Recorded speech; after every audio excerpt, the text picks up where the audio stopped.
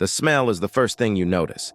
It's like jasmine flowers and cat urine, a sickly sweet rot that clings to the back of your throat. Every light in my house just burst again. And it's all because of a simple wooden box I bought for $20. A box I was warned never ever to open. My name is Kevin, or at least that's the name this story started with. Back in 2001, I owned a small antique and furniture finishing business. I was a practical man. I dealt in wood, varnish, and history you could touch. I didn't believe in ghosts, curses, or things that go bump in the night. To me, a bump in the night was just the house settling. Everything changed one sunny September morning. I went to an estate sale in Portland, Oregon. It was the kind of sale that felt heavy with memories. The home belonged to a woman who had recently passed away at the age of 103. Her granddaughter was there, a woman in her late 40s looking emotionally exhausted. I was scouting for inventory, looking for old cabinets or chairs I could restore. As people were packing up, the granddaughter approached me. She pointed towards a small, simple wine cabinet sitting alone on the lawn. "Are you interested in that?" she asked.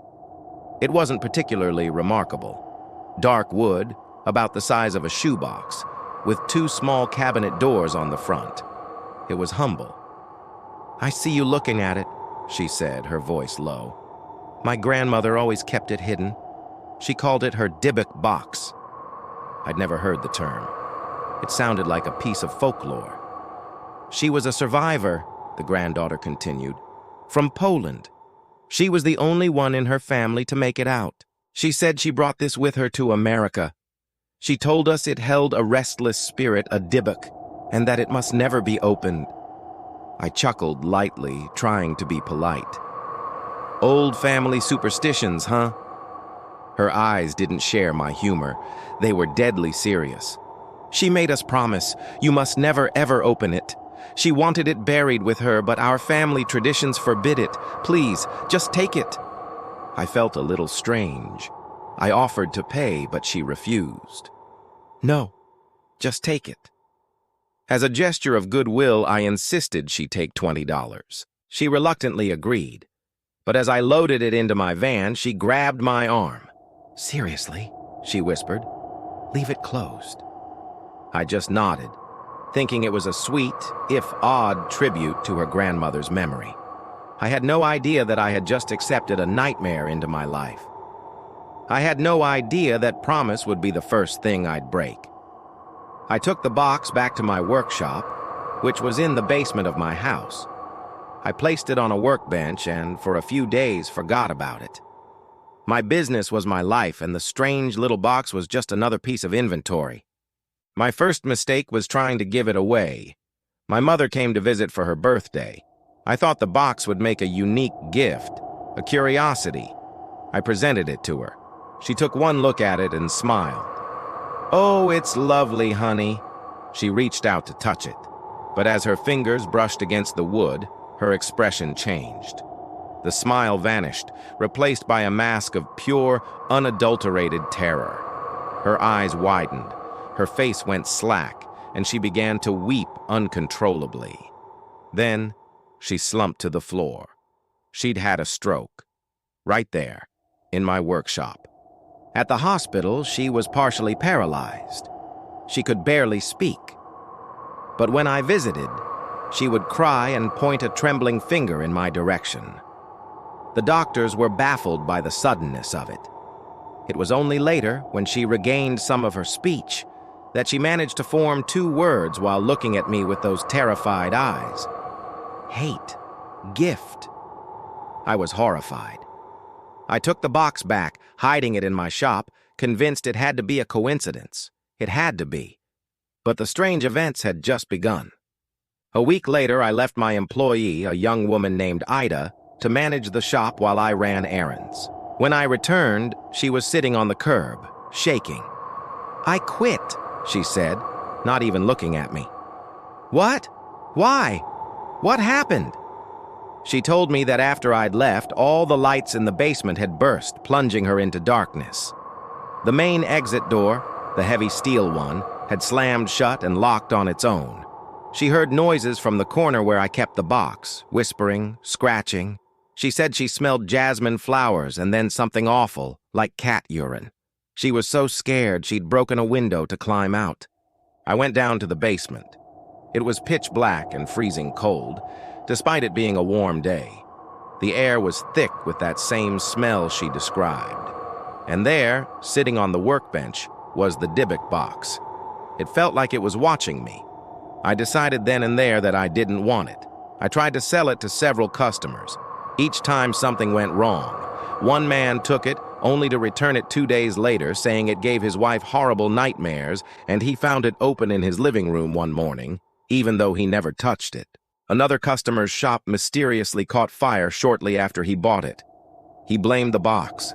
It always came back to me. The nights became the worst part. I started having the same recurring nightmare. I was walking in a dark hallway, and I could hear my own heart pounding in my ears.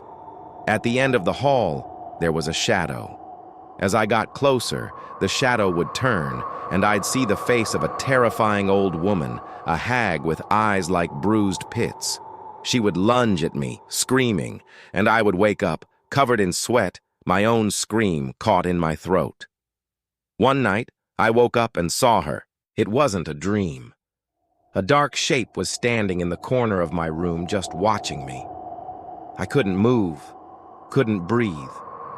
I was paralyzed by a fear so profound it felt like my soul was being crushed. After what felt like an eternity, it faded away. The next morning, I woke up with bruises all over my body, like fingerprints left by an invisible attacker. I couldn't take it anymore. The granddaughter's warning, "You must never ever open it," played over and over in my head. But at this point, what choice did I have? I felt like the only way to confront this thing was to see what it was protecting. Maybe breaking the rule would end the curse. The box had no visible lock or seam. I had to pry it open. The wood groaned and splintered as I forced a screwdriver into the edge. Finally, with a loud crack, the two small doors swung open. I braced myself for something horrible. A skull, ashes, something grotesque. But inside, it was mundane, anticlimactic. There were 2 U.S. pennies from the 1920s, a small lock of blonde hair tied together with a brown cord, a small dried rosebud, a single granite statuette engraved with Hebrew letters that spelled out the word Shalom, meaning peace. It made no sense. This was the source of all my terror, a few trinkets, but opening it made things worse, much worse. The activity in my house escalated. I would see shadows darting out of the corner of my eye. I'd hear disembodied voices whispering my name when no one was home. The smell of jasmine and decay was now constant. I felt a crushing depression, a sense of being watched and hated every second of every day. I was falling apart. I was losing my business, my health, my sanity. I had to get rid of it. I couldn't just throw it away. I was terrified it would just come back. I couldn't sell it locally. Its reputation was already spreading. So I turned to the internet. I listed the Dybbuk box on eBay. My description wasn't a sales pitch. It was a plea, a warning.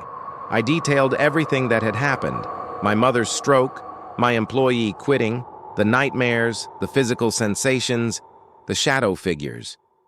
I explained what the previous owner's granddaughter had told me. I told them I was not a believer in the supernatural, but I was scientifically unable to explain what was happening. I ended the listing by saying, "This box has a negative energy. I am warning the buyer to be cautious." I started the bid at $1. The auction took on a life of its own. People were fascinated and terrified. The bid count climbed higher and higher. The story went viral in those early days of the internet. The winning bidder was a college student named Eosif. He was curious. He paid $140 for it. I shipped it to him with a feeling of immense relief. It was his problem now. A few weeks later, I got an email from him. He and his roommates were experiencing the exact same things I had. The nightmares of the old hag, the smell, lights blowing out, They started seeing shadow figures. One roommate's hair began to fall out in clumps. They were all sick, exhausted, and terrified. He put the box back on eBay. This time it was bought by a man named Jason Haxton, a museum curator in Missouri. He was a skeptic, but a methodical one. He wanted to study the box, to understand the phenomenon it was creating. He was the perfect person to finally solve the mystery. Jason was smart. He didn't keep it in his house. He kept it in a sealed, controlled environment. But even he wasn't immune. He began developing strange health problems, a persistent metallic taste in his mouth, hives that would appear and disappear. He too began having the nightmares of the hag. He dedicated himself to researching its origins. He contacted Jewish scholars and rabbis. They translated the inscriptions and studied the folklore. They confirmed that the box was, by all accounts, a Dybbuk box, a container built specifically to imprison a malevolent spirit, preventing it from harming the living. They told him that by opening it, I had disturbed the entity within. It had attached itself to the box and to anyone who possessed it. Jason, with the help of a local Jewish congregation, performed rituals to try and contain the spirit once more. They built a new, larger container for it, lined with gold, and sealed it shut.